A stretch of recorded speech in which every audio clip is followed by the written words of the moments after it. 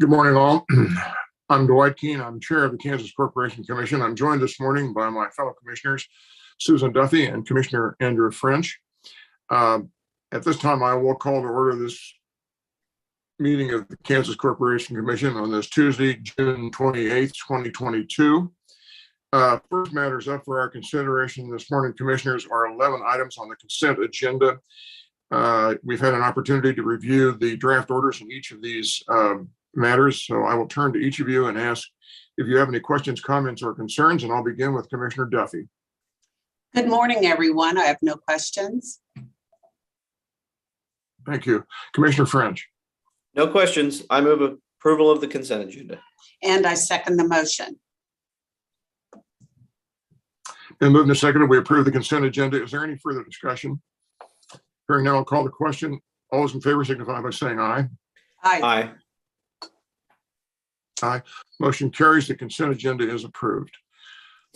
We have three items on the noticed agenda here this morning. The first of which is docket number 22-TRAM-510-PEN. This is in the matter of the investigation of Balazar G. Ruiz, DBA Ruiz Trucking of Garden City, Kansas, regarding the violations of motor carrier safety statutes, rules, and regulations, and the Commission's authority to impose penalties, sanctions, and/or revocation of motor carrier authority. Before us this morning is a penalty order, and our presenter is Assistant Litigation Counsel Hassan Latif. Good morning, Hassan. Good morning, Commissioner. The penalty order before you arises out of a compliance review of Balthazar Guzman Ruiz, DBA Ruiz Trucking, a common carrier which hauls grain, feed, and hay operating out of Garden City, Kansas. The investigation was conducted on May 3rd through 26th by special investigators Erica Pargas and Penny Fryback. The Commission suspended the operating authority of this carrier on May 19th, 2022, after the special investigators discovered major violations during the compliance review. And since the completion of the review, the carrier has inactivated their USDOT, though staff is following up locally to determine if individuals involved with the company are operating elsewhere. During the investigation, the special investigators found several violations, and the penalty order before you assesses penalties for 16 of those violations, resulting in $12,700 in total penalties. I'll briefly summarize the violations involved, but they include a $1,000 enhanced fine for permitting a driver to operate a CMV with a manual transmission, despite the fact the driver possessed a CDL with a restriction regarding the operation of such vehicles. The driver had been previously placed out of service at roadside for the same violation weeks earlier. A $2,000 fine for providing investigators with a fraudulent Mexican driver's license used by the owner of the company to drive as a means of circumventing the fact his driving privileges had been revoked for multiple DUIs and refusal to test. Staff submitted the driver's license to the FMCSA, who asked officials with the Mexican government to investigate its authenticity, and they responded that it did not match their format and the number did not return Mr. Ruiz's information. Additionally, a $500 fine for the owner of the company operating commercial motor vehicles despite having his driving privileges revoked. A $2,000 fine for providing special investigators with fraudulent annual vehicle inspections. The carrier provided inspections that he filled out himself and were incomplete or did not correspond with the vehicles listed. A $1,000 fine for failing to retain supporting documents for each load hauled. And also $1,500 fine for driving over the gross weight limit of 85,000 pounds. The carrier also had violations for hours of service violations and failure to maintain proper records. In total, staff believes that the recommended fines are just and reasonable for what the penalty is found. And the order before you includes the enhanced fines that were recommended by staff. So staff and I are ready to take any questions you have, and we recommend approval of the order. Thank you, Hassan. Very thorough overview. I thank you for that. Let's see if there are any questions, comments, or concerns. I'll begin again with Commissioner Duffy. Thank you. The record is extensive in this particular investigation. The word fraudulent is used often. I think the fine supports the findings of the investigators, and I will be voting in favor of this order. Thank you, Commissioner Duffy. Commissioner French. Pretty lengthy list of violations. I have no questions. I move approval of the order. I second the motion. Been moved and seconded. We approve the order in this matter. Is there any further discussion? I'll add a couple of my thoughts. I would subscribe to all of the observations made by Commissioner Duffy. These are serious violations. Again, I know my fellow commissioners join me in commending our field staff for all the outstanding and detailed work that they did in this regard. Is there any further discussion? Hearing none, I'd call the question. All those in favor signify by saying aye. Aye. Aye. Aye. Motion carries. The order is approved. Pardon that, it will go away shortly. The next noticed item is docket number 22-TRAM-542-PEN. It's in the matter of the investigation of CZ De Leon, DBA De Leon Trucking of Garden City, Kansas, regarding violations of the motor carrier safety statutes, rules, and regulations, and the commission's authority to impose penalties, sanctions, and/or the revocation of motor carrier authority. Once again, we have before us a penalty order. And again, our presenter is Hassan Latif. Please, Hassan. Thank you. This penalty order arises out of a compliance review of CZ De Leon, doing business as De Leon Trucking, a common carrier which hauls livestock, grain, feed, and hay, also operating out of Garden City, Kansas. This investigation was conducted between April 18th and May 26th by our special investigators, Erica Pargas and Penny Fryback, who worked with counterparts in Colorado because the carrier primarily operates between Kansas and Colorado. And they work with the authorities in Colorado to help secure some of the evidence. During the investigation, the special investigators found several violations, and this order penalizes 5 of those violations, resulting in $5,500 in total penalties. I'll briefly summarize them. A $2,000 fine for providing special investigators with fraudulent annual vehicle inspections, a $750 fine for failing to maintain records that the carrier systematically inspected, repaired, or maintained its vehicles, a $750 fine for failing to provide proof of the carrier's vehicles were periodically or annually inspected, and a $2,000 fine for providing inaccurate or falsified supporting documents to our investigators. Staff recommends approval of the order before you, which includes the enhanced fines, and I and staff are available to take any questions you have. Thank you once again, Hassan. Very, very outstanding overview. Let's see if there are any questions, comments, or concerns. I'll begin this time with Commissioner French. No questions. Thank you. Thank you. Commissioner Duffy. Just a quick comment. I did talk to Hassan about how often do we visit with our counterparts in other states, and whether staff believes they receive the requisite support when investigating one of our carriers doing business in Colorado. And I don't know, Mike, if you have any comment there about our relationship with the Colorado folks or Oklahoma.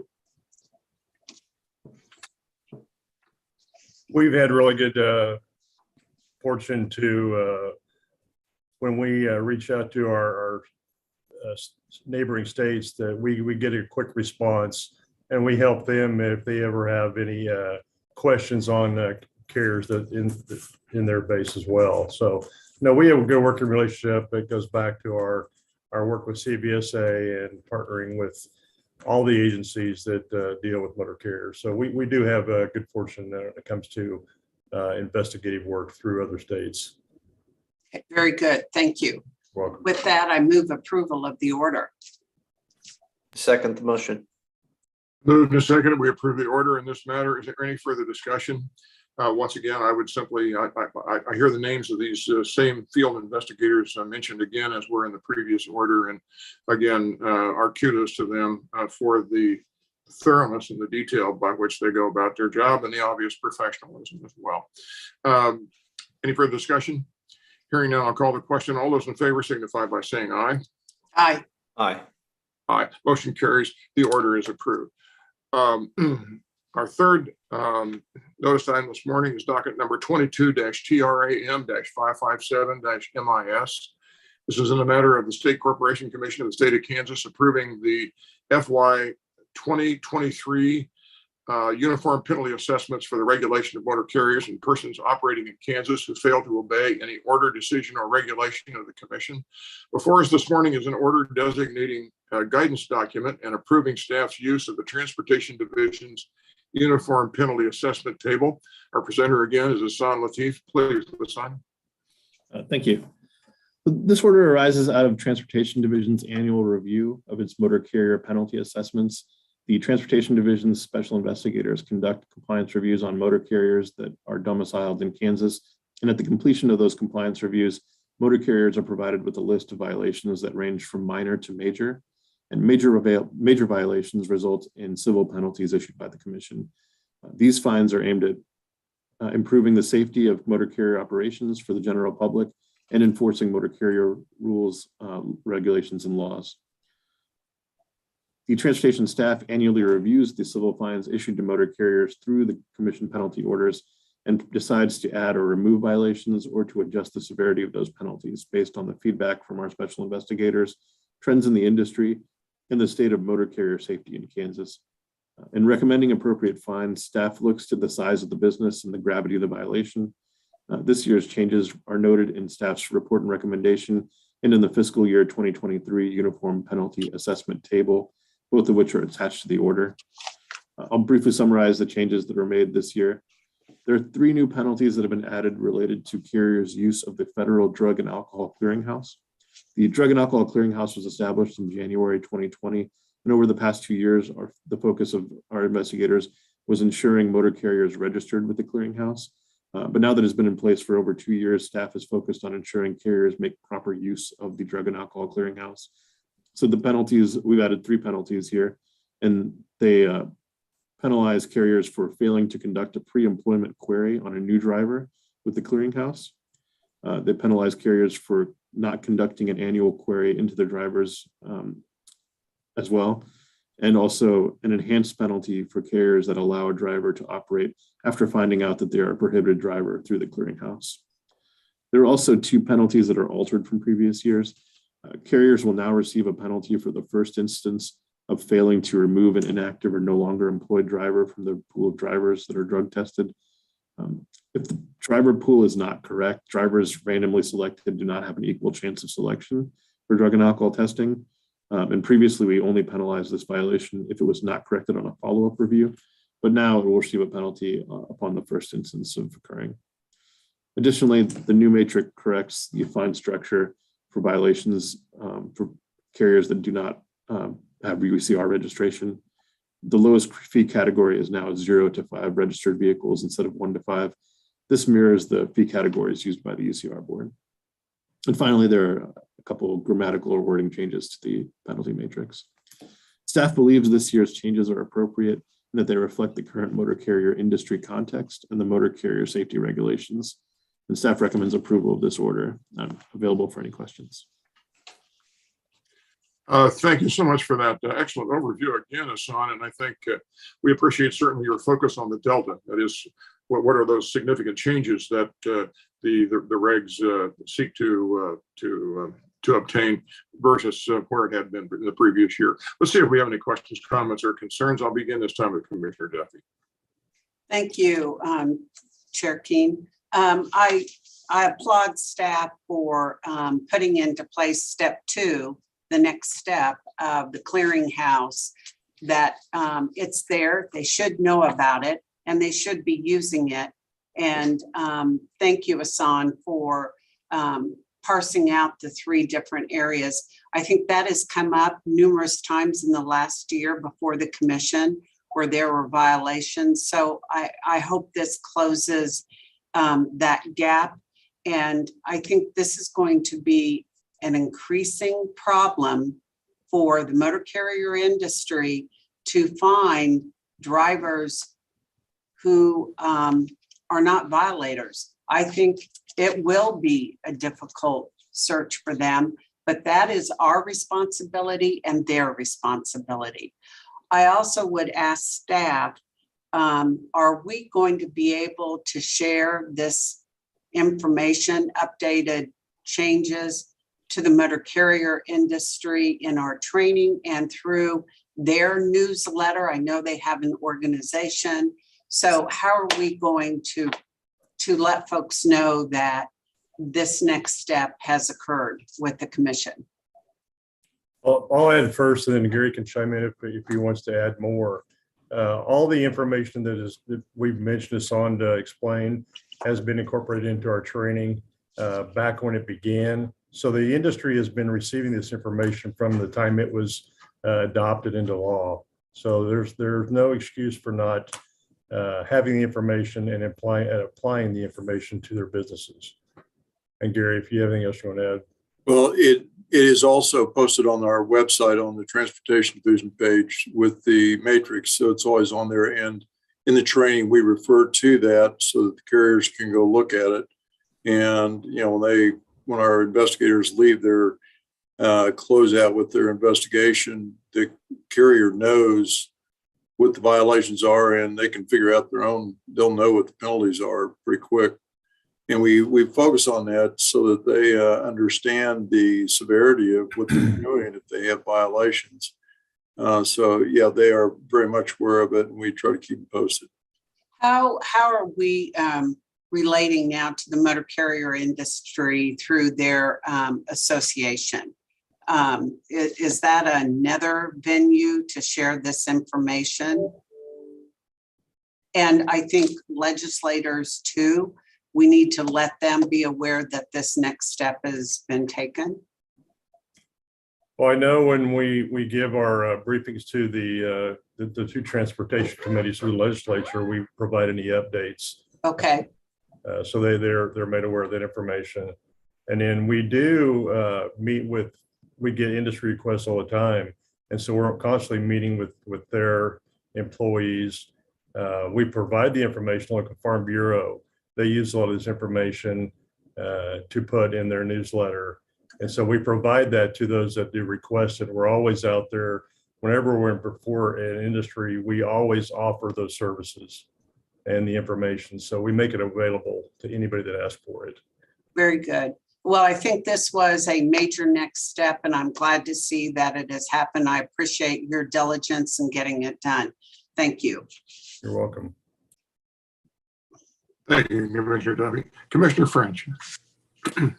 I'll just add a quick comment thanking the staff. I think, this industry is not static. There are always new threats approaching. There are new regulations evolving. There are new tools available to us. And so, that underscores how important it is that this penalty matrix we maintain is a living document, and just want to thank you all for your diligence, continuing to keep it updated to protect the motoring public. So with that, I do a move approval of the, are we moving approval of the updated penalty matrix? Or I guess it's the order designating the guidance document. So I move approval of the order. And I second the motion. It's been moved and seconded that we approve the order in this docket. Is there any further discussion? I'll simply add my me toos to the comments of my fellow commissioners. I want to also thank both you, Mike, and you, Gary, for your leadership in overseeing the annual review of this process and making the penalty matrix that we have responsive to the real world and responsive to the safety of the motoring public as well. So our thanks to you and your staff for all of your fine work there. Any further discussion? Hearing none, I would call the question. All those in favor signify by saying aye. Aye. Aye. Motion carries. The order is approved. Thanks to all. Thank you, Hassan, Gary, and Mike. Thank you. Next matter for our consideration this morning is the consideration and ostensibly the approval of the FY 2023 Commission Business Meeting Schedule. Commissioners, we've been provided with the opportunity to review the draft of this schedule. So I would turn to each of you and ask if you have any questions, comments, or concerns, and I'll begin with Commissioner French. No questions. I have had the opportunity to review. Thank you. Commissioner Duffy. I have no questions, and I move approval of the calendar as presented. Second. Very good. It's been moved and seconded that we approve the calendar for FY 2023 for the commission. Any further discussion? Hearing none, all those in favor signify by saying aye. Aye. Aye. Aye. Motion carries. The schedule is adopted. The final matter on our agenda this morning is an important one, and it's a legislative update to the commission.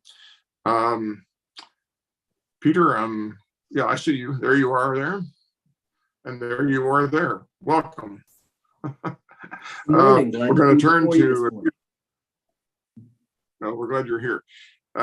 We'll turn the floor over to you, Peter Barstand, who is our legislative liaison, so that you can provide us with and do some screen sharing, I suspect, in conjunction with it, with your legislative report. The floor is yours, Peter. All right, as you said, I'm going to go ahead and share my screen.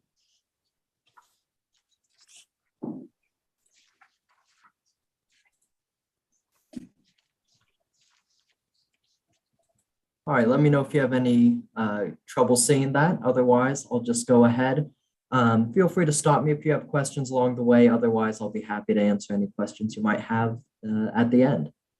It looks good from here. Cover. Pardon? It looks good from here. Great. So really briefly, I'll just kind of talk about the last session in broad strokes. I'll talk about the ACC testimony that was provided. I'll talk about some bills that passed, some bills that didn't pass, talk about some of the changes coming down the pipeline, and briefly cover a little bit of information about the ongoing elections, and then end by looking forward to next year. So with that, I'm going to go ahead. So this last session really focused heavily on redistricting. They also addressed a variety of other issues, including economic development initiatives, sports betting, CAPERS funding, election laws, and of course, funding our schools. It's always a big topic every year. Our staff hit the ground running right up front. Before the session had begun, we'd been asked for presentations to talk about the impact of Winter Storm Uri, which was very much top of mind for legislators, for policymakers.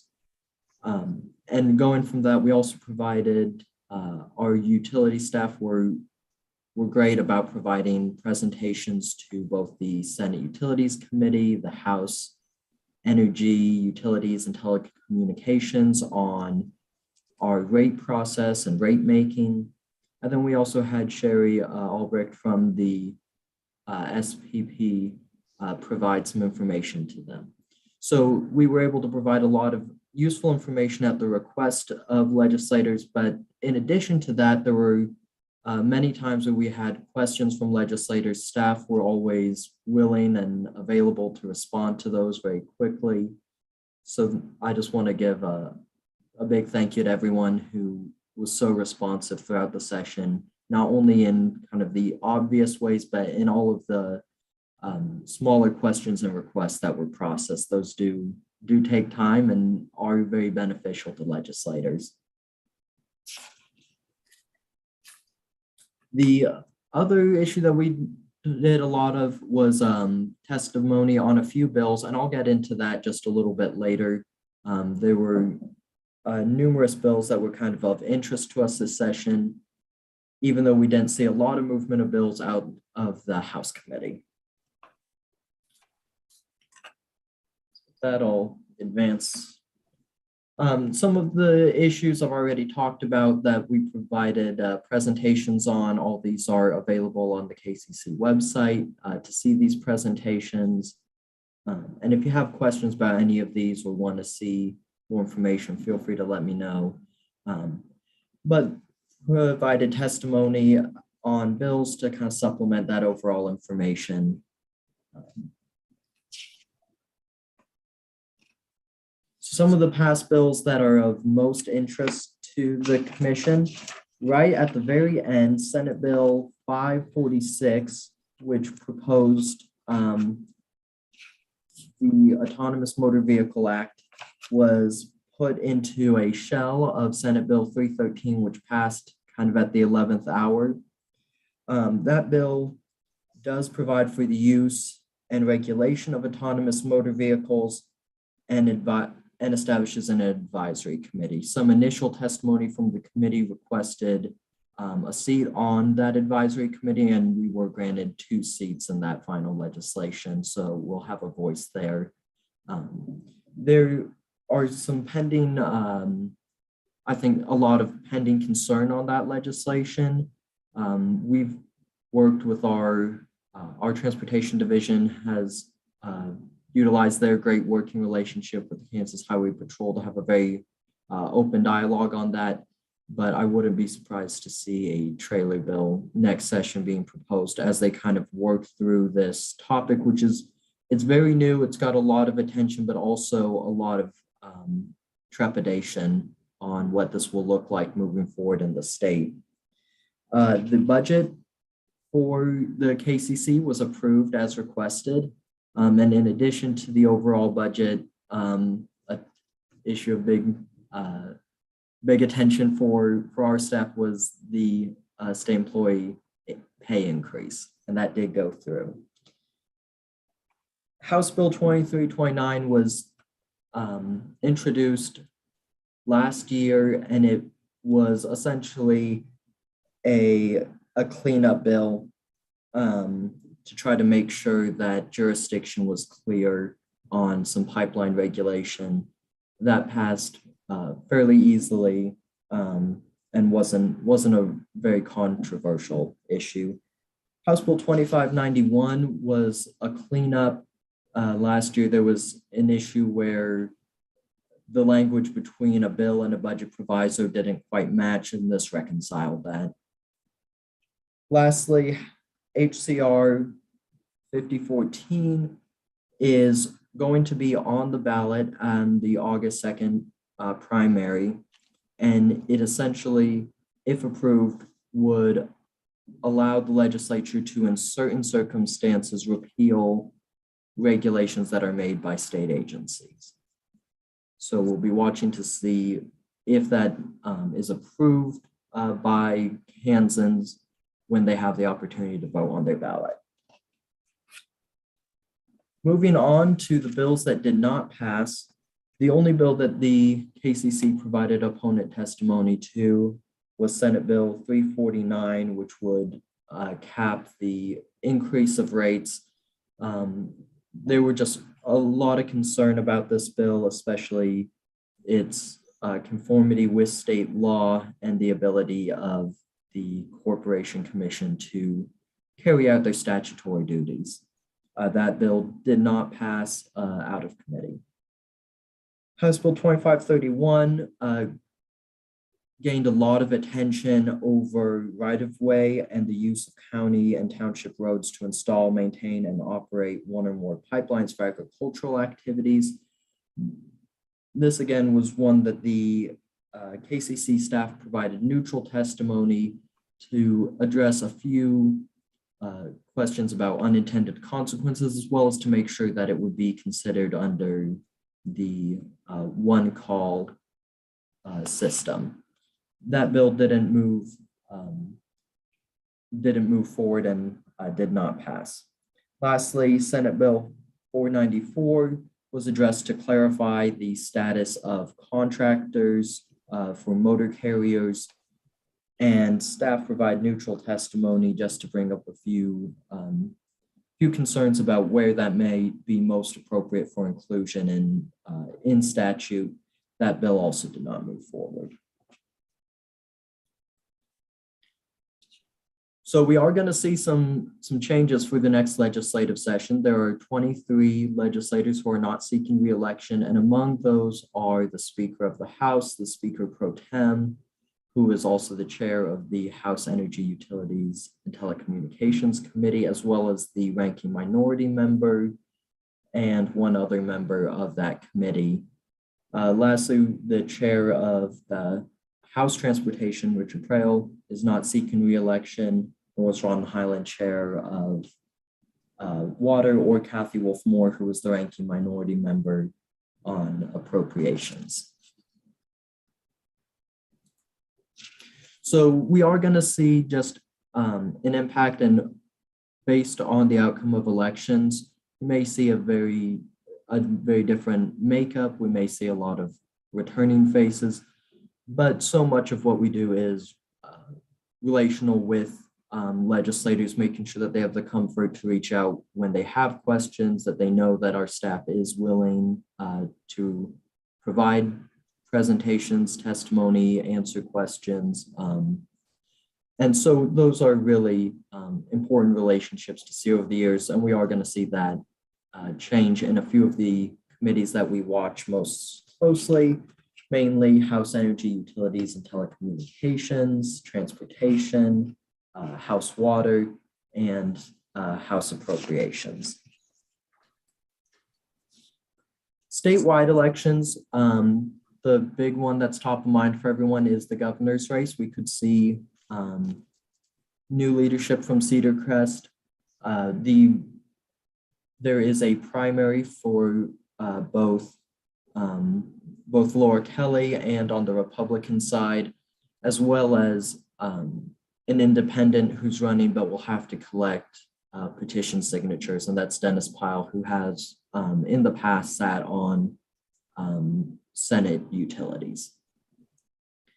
The Attorney General's race is going to have a primary election between 3 candidates leading up to the general. Secretary of State, again, a 3-way general following a Republican primary, and the same for the treasurer's race. Lastly, the insurance commissioner will be a general election only. Congressional elections, we do have a general challenger for each of the 4 congressional districts, as well as primaries for a U.S. Senate seat and in the 3rd district. In the House races, we'll see there are 55 uncontested races, meaning those results are already known. And now those 48 will be returning legislators, and 7 of those will be non-incumbents who are in those seats. There'll be 10 primary only elections, 39 general only elections, and 21 races where they'll have both a primary and a general. Over the interim, there are a couple topics that we'll be watching and seeing what is discussed and comes out of those, mainly administrative rules and regulations and the Special Committee on Water. However, they can still approve additional interim committees as they move forward. And the next legislative session is scheduled to begin on January 9 of 2023. So I know I moved pretty quickly at a high level over a variety of topics, but now I'm happy to go to any level of detail you want on any of those specific topics or answer any general questions that would be helpful. And if you think of questions later, of course, I'm always easy to get a hold of. All right, thank you very much, Peter. If we could remove the screen sharing. Very good, there we are. Let's turn to commissioners and see if they have any questions or comments. I'll begin first with Commissioner Duffy. Thank you, Chair Keen. Thank you, Peter, for that analysis of the legislative session. I think it's always good for us to go back and kind of recap after the fact what happened and what is coming down the pike. I do believe there's some consequential replacements of legislators. So I hope that those that are replaced. I think on the House side, it's been so interesting to watch the ongoing education that we and others have provided the House members in that particular committee, and I credit the leadership for providing those opportunities for us and think it's been excellent. I do have a question on House Bill 2329, where additional entities are subject to the state program now. Have we implemented, or are we notifying those entities so they're aware. I know this gets us into compliance with the federal requirements, but are you aware of any action we're taking right now to make them aware that they're now subject to oversight by the state as well? Unfortunately, this is one of those numerous issues where Leo is the true wealth of information and is unavailable currently. But I'd be more than happy to pass along your question and follow up after I get a chance to talk with Leo Haynes about that. This might be a good topic for us to just follow up on so that we understand how they're being made aware of the change. Thank you. And that's all I have, Yes, Chair King. absolutely. All right, thank you, Commissioner Duffy. Commissioner French, please. I don't have any questions, just want to thank you, Peter, for being our contact and conduit of information. I think we've talked about it. I know I say it all the time, but I think it's absolutely important that we have a relationship downtown with all the legislators to make sure we understand, what their concerns are or questions are, and to make sure they understand what we're doing out here. So it is an absolutely vital role. You are central to that, to be that conduit. And then, as you mentioned earlier, I think that was really helpful to run through a lot of the different testimony that our staff provided, and just the fact that they informally answer questions all the time. It is, I guess it could be described as a burden, but as I said, I think it's an essential and primary part of what we do, is keeping our state's policymakers in the loop. And so I see how much work that is. It is a lot of work, but some of that testimony that was presented, it didn't take a couple hours to put together. It was a production, and it took multiple rounds of review from other folks. And so want to express thanks to everyone who has gone down and testified. You're downtown almost every day, Peter, but some folks went down there a few times, but there was a lot of effort that went into those few times. So want to express appreciation to everybody that put together testimony and went down and answered questions informally.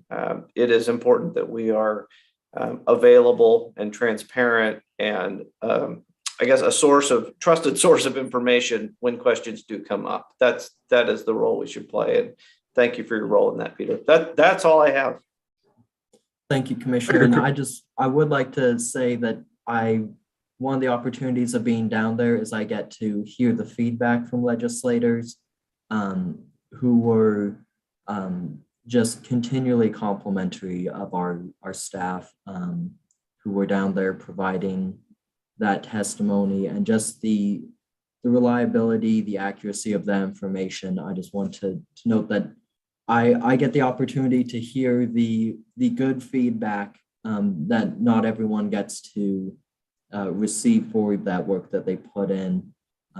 So that really is a testament to the good work that the staff does. That is great to hear. Thank you, Peter. Yes, indeed. Thank you, Peter, for sharing that.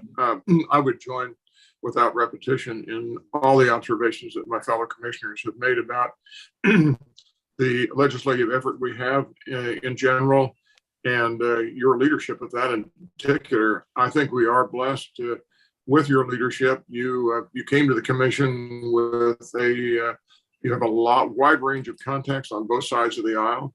You had real experience within state government at the highest levels that gave you, I think, the benefit of providing us with the benefits that come from that. So thanks so much for your professionalism. Peter, I know throughout the legislative session, we were in contact numerous times, and I know you were with the other commissioners as well, depending upon what the issues were and the timing of events and everything. Your diligence and your professionalism has been noted, and we're most grateful for it. We thank you for that very much.